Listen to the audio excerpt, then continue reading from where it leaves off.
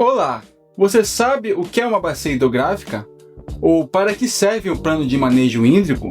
Bom, então você está no local certo. O que é uma bacia hidrográfica? Bom, uma bacia hidrográfica é basicamente um conjunto ligados a um rio principal.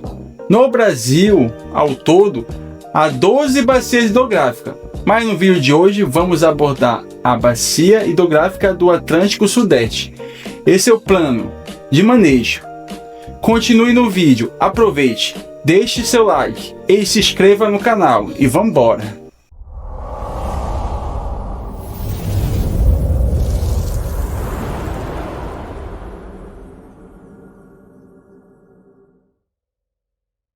A bacia hidrográfica do Atlântico Sudeste é uma das mais importantes do Brasil, abrangendo cerca de 229 quilômetros territoriais de tamanho, 2,7% de todo o território nacional e abrangendo os estados de Minas Gerais, Espírito Santo, Rio de Janeiro, São Paulo e o litoral do Paraná. A região está inserida no bioma Mata Atlântica, um dos mais ricos em biodiversidade, porém bastante degradada.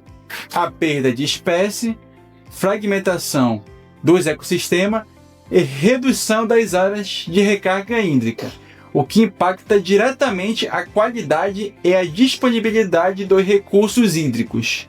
Seus principais rios são o Paraíba do Sul e Rio Doce, além de outros como Itatemiri, Ribeira de Guapé e Jucu. O que seria um plano de manejo hídrico? O plano de manejo hídrico estabelece diretrizes para o uso sustentável, conservação e recuperação do recurso hídrico, visando garantir qualidade e disponibilidade de água para usos atuais e futuros. Agora, para continuar a nossa gravação, gostaria de chamar o meu amigo Tiago. Olá, muito boa noite. Meu nome é Tiago e estarei dando continuidade a esta apresentação. É fato, o Sudeste é uma região extremamente conhecida em todo o país. Não é à toa que quando uma atração internacional vem para o Brasil, ela se hospeda em duas cidades, ou é Rio de Janeiro ou é São Paulo. Mas por que isso acontece? O motivo principal disso acontecer é que o Sudeste é uma das regiões mais populosas de todo o país. E por ser uma região populosa, ele tem uma quantidade de dinheiro alta. O Brasil, ao todo, principalmente na área do Sudeste, concentra uma parte expressiva do PIB brasileiro. E isso tem a ver com as empresas e principalmente com a quantidade de moradores que há no local. Olá, Thiago da edição na área. Só explicando este meu exemplo que eu utilizei dos artistas internacionais, para trazer um artista internacional para o Brasil, precisa de uma quantidade de dinheiro grande, já que o cachê de um artista desse porte é alto. Então, para isso, o Sudeste ele ganha nesse requisito, porque eles conseguem arrecadar uma quantidade de dinheiro alta em pouquíssimo tempo. Então, por isso que, geralmente, quando os artistas vêm para o Brasil, eles ficam no Rio de Janeiro ou no São Paulo, porque lá eles têm patrocinador à altura. Agora, retornando ao nosso assunto principal de hoje. Bacias hidrográficas. Já sabemos que o Sudeste ele tem uma quantidade populacional grande. Também sabemos que o Sudeste ele tem uma quantidade de PIB alta, o maior do Brasil. E por ele ter ambos grandes, a quantidade de consumo de água dele também é grande. E agora, nessa parte aqui do vídeo, eu estarei especificando para vocês os 3 maiores utilizadores da água, ou seja, das bacias hidrográficas do Sudeste. O primeiro deles é as fazendas, principalmente as grandes criações e plantações. Por quê?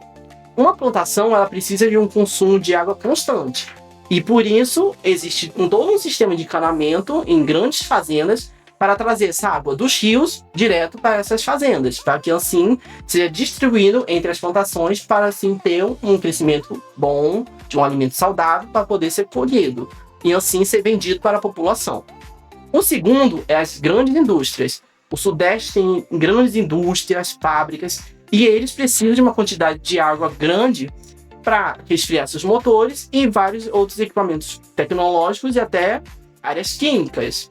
E o terceiro, que é o maior, que mais utiliza água da região sudeste, é as grandes metrópoles. O sudeste é conhecido por ter metrópoles grandes, extremamente populacionais. Um exemplo é a cidade de São Paulo. A cidade de São Paulo tem 15 milhões de habitantes. Olá, sou eu de novo. Recapitulando, a cidade de São Paulo, no seu índice populacional, tem ao todo 11 milhões de habitantes. Mas, se for somar com toda a sua região metropolitana, a cidade de São Paulo tem 20 milhões de habitantes. Só que aí existe os problemas, que esses agora que a gente vai se adentrar. Como muitas metrópoles utilizam desse rio, ou seja, eles utilizam da água para o seu próprio consumo, a gente pega essa água para o nosso consumo e a gente devolve essa água inapropriada, essa água volta suja. E esse é um dos principais problemas do Sudeste. A quantidade de consumo de água é grande, porém o esgoto ele não é tratado. Ou seja, as pessoas utilizam da água e jogam uma água poluída de volta para os rios, poluindo o que tinha de água utilizável. Outro problema que isso resulta é a água ela está sendo poluída. A população precisa de água. Só que nem toda a população recebe a mesma água que deveria. Por quê? Não há um sistema de entrega de água adequado. Existem as tubulações, existem as companhias de água. Elas vão lá, retiram a água do rio para distribuir entre a população. Porém, essa distribuição ela não é uniforme. Enquanto alguns bairros eles recebem água, tem muito bairro que passa semanas sem receber. E o pouco de água que ainda existe, que são alguns córregos, estão poluídos. Então a população não pode recolher a água desses córregos e a única maneira de sobrevivência são a água que vem encanada. Água que muitas vezes não chega na sua casa. Além da população não poder recorrer à água encanada, pois não tem água, alguns rios do Sudeste eles sofrem de um grande problema de seca. Por que isso acontece? Existem rios que são rios perenes. Um rio perene é aquele tipo de rio em que ele vai manter uma quantidade de água desde o início do ano até o seu final. Durante todo um ano, tem uma quantidade de água boa nesses rios. Alguns rios do Sudeste eles são rios com estiagem. Ou seja, eles têm seu período de cheia e eles têm seu período de seca. Esses períodos eles são determinados pela quantidade de chuva. Se chove muito, o rio vai encher. Se chove pouco, o rio vai secar. E quando tem uma quantidade de chuva extremamente pouca, que são os períodos de seca, o rio praticamente desaparece, causando as crises hídricas do Sudeste. E para continuar nossa apresentação, agora com vocês, Edson Ferreira. Oi, pessoal, tudo bem com vocês? Então, eu vou dar continuidade aqui ao nosso trabalho, né? Que a gente está falando sobre a bacia hidrográfica do Atlântico Sudeste. E como os meninos já explicaram, tanto o Douglas como o Thiago já deram uma resumida do que seria uma bacia hidrográfica, o que seria um plano de manejo. E eu vou dar agora continuidade explicando, falando sobre o que é um plano de ação, né? Um plano de ação é nada mais que um plano que envolva essa conservação, essa preservação da bacia. E esse plano de ação, ele está sendo planejado, vai ser planejado para longo prazo, né? Para agora, para 2 meses, 5 anos, não. É entre 20 a 30 anos. Então, é para longo prazo. Principalmente porque não se pensa só nas vidas de hoje, né? Na geração de hoje, mas nas gerações futuras. E ela tem que ter, esse plano, ele tem que ter uma gestão integrada, onde envolva o governo municipal, o governo estadual e o governo federal. Então, esses governos, eles têm que estar entrelaçados, eles têm que estar na incumbência de um prol comum, para que toda a sociedade seja beneficiada. Não se tratando também não só da sociedade, mas das indústrias que precisam, como foi explicado pelo Thiago, da agricultura, do meio ambiente. Então, tem toda essa logística, tem todo esse pensamento com relação a esse plano de manejo. E para que ele, de fato, funcione, seja realidade, a participação social ela se faz muito necessária. Porque a sociedade, quando ela está junta, unida em prol de uma ação, de um bem comum, ela consegue vencer, consegue ter bons resultados. Então, esse movimento da sociedade, não somente da sociedade, mas dos governos e dos setores produtivos, eles têm que estar, todos eles, interligados. Bom, pessoal, agora para dar continuidade, né, a gente vai falar agora sobre os 5 pontos principais de um plano de ação, sendo que o primeiro ponto é a proteção e recuperação ambiental, né? A recuperação ambiental, ela se faz muito útil porque o que a gente observa hoje em telejornais, em revistas eletrônicas ou até em jornal impresso, que tem muitas áreas degradadas. E nessa região da bacia do hidrográfica do Atlântico Sudeste não é diferente. Pelo fato dela ser uma região bastante populosa, como o Tiago já explicou, existe muita degradação ambiental. A população ela não é educada para não ter o desperdício, a destruição total do ambiente, né? Principalmente do meio ambiente, na verdade. Então, a gente tem que ter esse primeiro ponto do plano de ação, porque ela se faz necessária, né? Justamente sobre essa recuperação ambiental.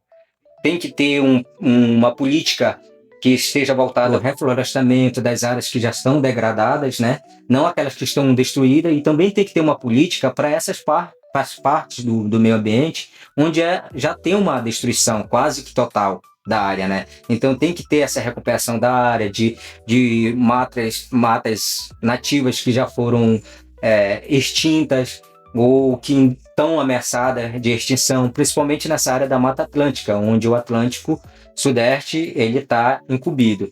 Então tem que ter também outro ponto, tem que ter o controle do assoreamento, né? E o que seria o assoreamento de um rio? Esse acontecimento geológico ele acontece quando sedimentos como areia, cascalho e matéria orgânica se acumulam no leito dos rios, reduzindo a profundidade dos mesmos. E dando continuidade nesse plano de ação, vou falar agora sobre o segundo tópico, que é o controle da poluição. E dentro desse tópico temos uns subtópicos, tipo, o primeiro é a universalização do tratamento do esgoto urbano. Um exemplo bem básico que a gente tem é a cidade de São Paulo. São Paulo é uma cidade brasileira onde tem uma porcentagem bem elevada de tratamento de esgoto. Mas esse tratamento de esgoto não abrange toda a população da cidade de São Paulo. Então isso tem que acabar, tem que universalizar esse tratamento, não ser restrito somente a uma sociedade ou a algum bairro de alguma zona de São Paulo. O outro subponto é o monitoramento rigoroso dos fluentes industriais. Ter esse cuidado para que as indústrias que estão instaladas não somente em São Paulo, mas nessas cidades que abrangem o Atlântico Sudeste, ter esse controle, essa fiscalização, para que eles não possam jogar muito resíduos dentro dos rios, jogar sacolas plásticas, por exemplo, onde levam anos para se decompor. Outro subtópico é programas de redução de resíduos sólidos. E tem que ter essa fiscalização, essa reeducação, para que a população, para que a indústria, para que outros órgãos tenham esse comprometimento em não jogar esses resíduos sólidos, né, que duram anos, a natureza leva anos para decompor. E o último tópico desse segundo ponto é o fortalecimento da fiscalização ambiental. Não basta você só ter por exemplo, um comercial de televisão dizendo que aquilo é proibido ou não. Tem que ter órgãos fiscalizatórios para que essa ação não seja tão abrangente, aconteça de forma tão corriqueira. E o terceiro ponto desse plano de ação é a gestão da oferta e a demanda de água, onde dentro desse tópico a gente pode ressaltar o incentivo ao uso racional da água em residências, indústrias e agricultura, né? Tu tem que ter esse raciocínio que a água pode sim acabar e tu tem que ter esse controle, essa educação, na verdade, de reusar ela, de não ter aquele desperdício. Outro ponto importante, a ampliação do sistema de captação, reservação e o reuso. É como eu falei, praticamente o que eu falei anteriormente. Tu tem que ter essa educação para que tu possa reusar. Mas essa educação não tem que ser somente na sociedade, dentro da tua casa. Tem que ser na indústria, tem que ser na sociedade geral, tem que ser em todo a parte urbana e até mesmo naquela parte onde eles não utilizam, não usam muito a água, que é na área rural, naquelas menos privilegiadas, digamos assim. Outro ponto é a implementação de tecnologias eficientes de irrigação. O que se vê na grande maioria dessas empresas, principalmente agrícolas, como grandes fazendas, como o agropecuária, o agronegócio, que eles utilizam muito a água de forma incontrolada. Então tem que ter essa educação, para que eles possam usar a água de forma mais consciente, né, mais educada. Agora a gente vai falar sobre o quarto ponto desse plano de ação, que é a prevenção de enchentes e eventos extremos. E nesse ponto é bom ressaltar sobre a importância da drenagem urbana sustentável, que é aquela drenagem onde a água da chuva e até a água do esgoto ela passa por um tratamento e volta a ser reutilizado pela sociedade. E nesse ponto também é bom ressaltar que a prefeitura ou o Estado ou o governo federal ele tem que ter uma relevância ou uma preocupação em construir esse sistema de drenagem para que a água ela escorra de maneira bem fluida, para que não possa acontecer enchentes, causando de grandes desastres ambientais. Outro ponto importante é a desocupação de áreas de risco, onde a gente vê, principalmente nessa região do Atlântico Sudeste, pessoas de grande sociedade morando em regiões de risco, principalmente no Rio de Janeiro, que a gente acompanha pelos telejornais, onde pessoas que moram em morro têm a grande probabilidade de ter sua casa ou até a sociedade toda destruída devido ao deslizamento, quando ocorre essas chuvas torrenciais que duram mais de 10 minutos, 15 minutos. E outro ponto importante é o plano de emergência e alerta. Esse plano de emergência e alerta é bom que o governo ele tenha para que possa alertar e assim evitar esses grandes desastres, né? Então, a preocupação nesse plano é principalmente política, sobre realizar e fazer com que esse ponto de fato aconteça. E não ser somente um plano no papel, mas um plano que esteja feito em ação. E por fim, o último ponto, o ponto 5, que fala sobre os indicadores de monitoramento. Dando ênfase sobre falar sobre esse monitoramento, falar sobre a fiscalização geral do plano de manejo, né, do Atlântico Sudeste. E dentro desses indicadores está o índice de qualidade da água. Não faz sentido tu ter um tratamento da água e não verificar se a qualidade da água está boa para consumo próprio da população, da sociedade. Então tem que ter essa fiscalização, tem que ter esse monitoramento. E outro ponto importante é a participação da população nesse monitoramento, porque não faz sentido ter uma política voltada para o manejo hídrico dessa bacia que é tão importante para o Brasil, que é o Atlântico Sudeste, e tu não ter uma participação, a população não ter uma participação mais ativa, procurando saber se realmente o que está escrito no papel está sendo feito. Então a população ela tem que ter essa cobrança, tem que cobrar mais dos nossos líderes políticos para que o plano de manejo de fato aconteça. E esse foi o nosso vídeo. Compartilhe. Dê o seu like. Se inscreva no canal. É isso, acabou.